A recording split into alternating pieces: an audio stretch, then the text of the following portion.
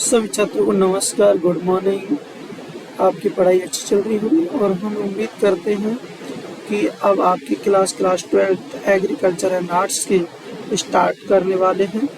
तो आपकी जो क्लास रहेगी वो 2026 के लिए बहुत ही बेहतर रहेगी और जो यहाँ पढ़ाया जाएगा उससे कुछ भी बाहर नहीं जाएगा।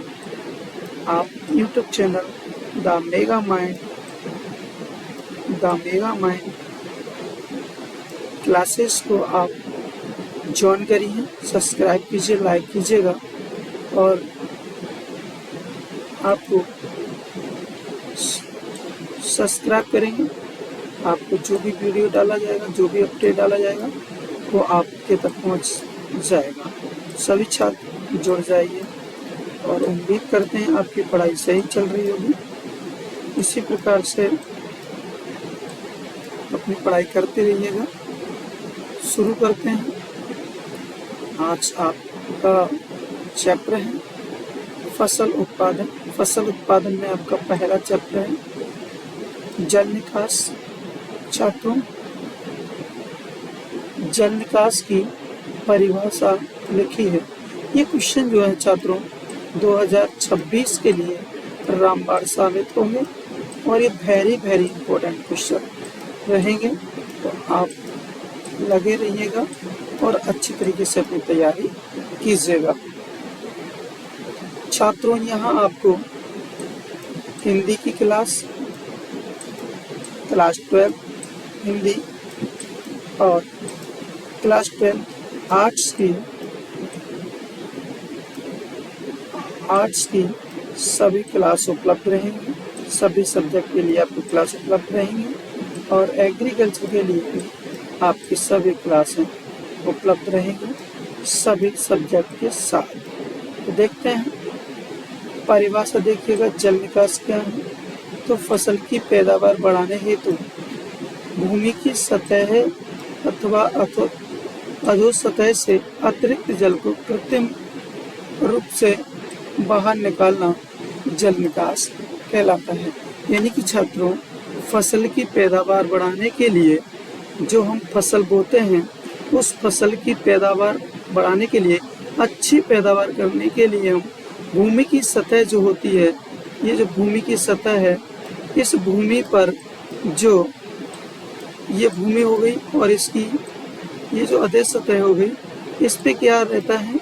अतिरिक्त जल। अतिरिक्त जल का मतलब होता है ये जो आवश्यकता से अधिक जल होता है वो यहाँ पर भरा रहता है। क्या रहता है? जो अधिक जल होता है वो यहाँ पर भरा रहता है।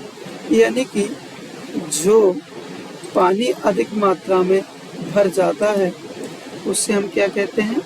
अतिरिक्त जल बोलते हैं। क्या कहते हैं? अतिरिक्त। ये आपकी सतह है। इस सतह पर क्या हो रहा है? जल की मात्रा अधिक हो रही है जो आवश्यकता नहीं है। और ये जो आवश्यकता नहीं है, ये हमारी फसल खड़ी हुई है। ये हमारी फसल खड़ी हुई है, ठीक है। ये हमारी क्या खड़ी हुई है? ये फसल खड़ी हुई है। तो इस फसल को, इस फसल की पैदावार बढ़ाने के लिए, क्या बढ़ाने के लिए बेटा? सभी छात्रों, पैदावार बढ़ाने के लिए हम क्या करते? कृत्रिम रूप से। कृत्रिम रूप का मतलब होता है मनुष्यों के द्वारा ये पानी बाहर निकाला जाता है। इसकी दूसरी परिभाषा है, जो भी सिंपल लगे, खेत में भरे हुए अनावश्यक पानी को, अनावश्यक का मतलब होता है जिस पानी की हमें आवश्यकता नहीं है, उस पानी को कृत्रिम रूप से बाहर निकालना ही क्या कहलाता है? जल निकास कहलाता है। सभी छात्रों को अच्छी तरह से समझ में आ गया होगा। तो लगे रहिए छात्रों, 2026 के लिए बहुत ही बेस्ट और बेहतरीन क्लास रहेगी। नेक्स्ट क्वेश्चन की ओर बढ़ते हैं। जल निकास के उद्देश्य अथवा महत्व लिखिए। यानी कि जल निकास के उद्देश्य, जल निकास हम किस लिए करते हैं और उसका उद्देश्य क्या होता है। तो जल निकास का उद्देश्य देखिएगा छात्रों, भूमि में उचित तापक्रम बनाए रखने के लिए हम जल का क्या करते हैं छात्रों? निकास करते हैं।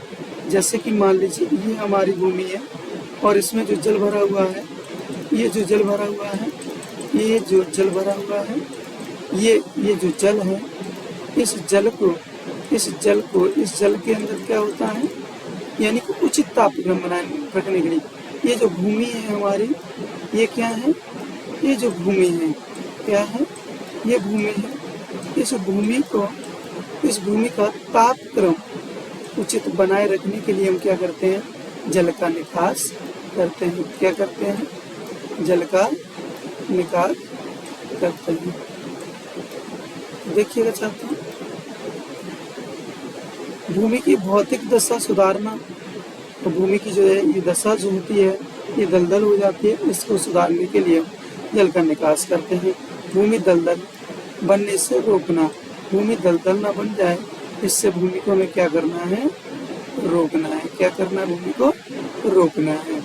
भूमि में हानिकारक लवणों को एकत्रित न होने देना, जो हानिकारक लवण एकत्रित हो जाते हैं उन हानिकारक लवणों को एकत्रित नहीं होने देना है।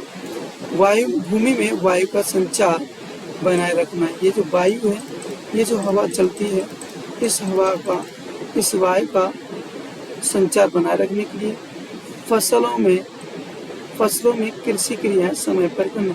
आई होप छात्र, ये जो हमारी भूमि है, ये हमारी भूमि है, इसमें क्या है, हमारी कृषि क्रियाएं समय पर हो सके, इसलिए हम क्या करते हैं, जल निकास करते हैं। ठीक है, नेक्स्ट देखिए बेटा, हानिकारक कीटाणुओं को नष्ट करने के लिए।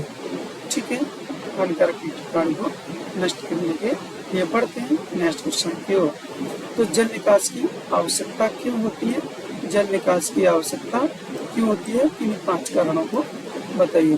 तो जल निकास की आवश्यकता छात्रों निम्नलिखित कारणों से होती है।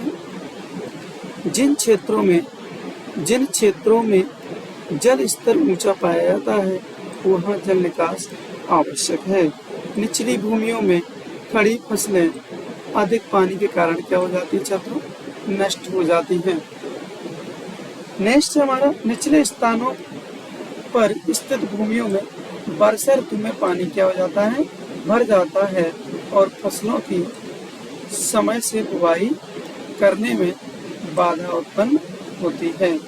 ठीक है, नेक्स्ट है, निचले स्तर में कड़ी परत उपस्थित होने के कारण पानी नीचे की सतह में नहीं पहुंच पाता, वह ऊपरी सतह पर एकत्रित हो जाता है। नेक्स्ट, जिन क्षेत्रों में चिकनी मिट्टी पाई जाती है, जहां पर छात्रों जिन क्षेत्रों में चिकनी मिट्टी पाई जाती है वहां पानी कम मात्रा में, ये जो मिट्टी होती है ये मिट्टी क्या करती है, चिकनी होती है। क्या होती है छात्रों, चिकनी होती है। तो चिकनी होने के कारण क्या होता है, ये पानी को कम मात्रा में सोख पाती है। क्या कर पाती है, पानी को कम मात्रा में सोख पाती है, जिससे क्या होता है, पर्याप्त पानी भूमि के ऊपर सतह पर एकत्रित हो जाता है। ठीक है छात्रों, बढ़ते हैं नेक्स्ट क्वेश्चन की ओर। नेक्स्ट क्वेश्चन आपके खेत में उचित जल निकास न होने से कौन कौन सी हानि होती है। यदि खेत में जो जल निकास है, अगर पानी भरा हुआ है, उसका अगर निकास समय पर ना हो, उचित तरीके से ना हो, सही ढंग से ना हो, तो क्या हानियाँ उत्पन्न हो जाती हैं। तो देखिए, हानियाँ निम्न प्रकार से होती हैं। एक तो भूमि के रंध्र कूपों में जल भर जाता है, यानी कि जो भूमि होती है इसके अंदर जो क्षेत्र पाए जाते हैं, इन क्षेत्रों में क्या हो जाता है, पानी भर जाता है। क्या भर जाता है छात्रों, पानी भर जाता है, जिसके कारण लाभप्रद जो कीटाणु होते हैं वो अपना कार्य करना बंद कर देते हैं। नेक्स्ट है, भूमि धीरे धीरे क्या हो जाती है, क्षारीय हो जाती है छात्रों। भूमि कैसी हो जाती है, क्षारीय हो जाती है। भूमि का तापक्रम गिर जाता है, भूमि का तापक्रम क्या हो जाता है, गिर जाता है, यानी क्या हो जाता है, भूमि का तापक्रम जो होता है, टेम्परेचर जो होता है वो गिर जाता है। भूमि की उचित समय पर जुताई नहीं हो पाती, भूमि की भौतिक दशा खराब हो जाती है और भूमि दलदल हो जाती है। छात्रों, आज के लिए इतना ही। देखेंगे अगला वीडियो कल। तो चैनल को सब्सक्राइब कीजिए, लाइक कीजिए। आयोग छात्रों, उम्मीद है आप लोगों को समझ में आया होगा और चैनल को सब्सक्राइब कीजिएगा और वीडियो को लाइक कीजिएगा, जिससे आने वाले वीडियो सबसे पहले आप तक पहुंच सकें। सभी छात्रों को नमस्कार।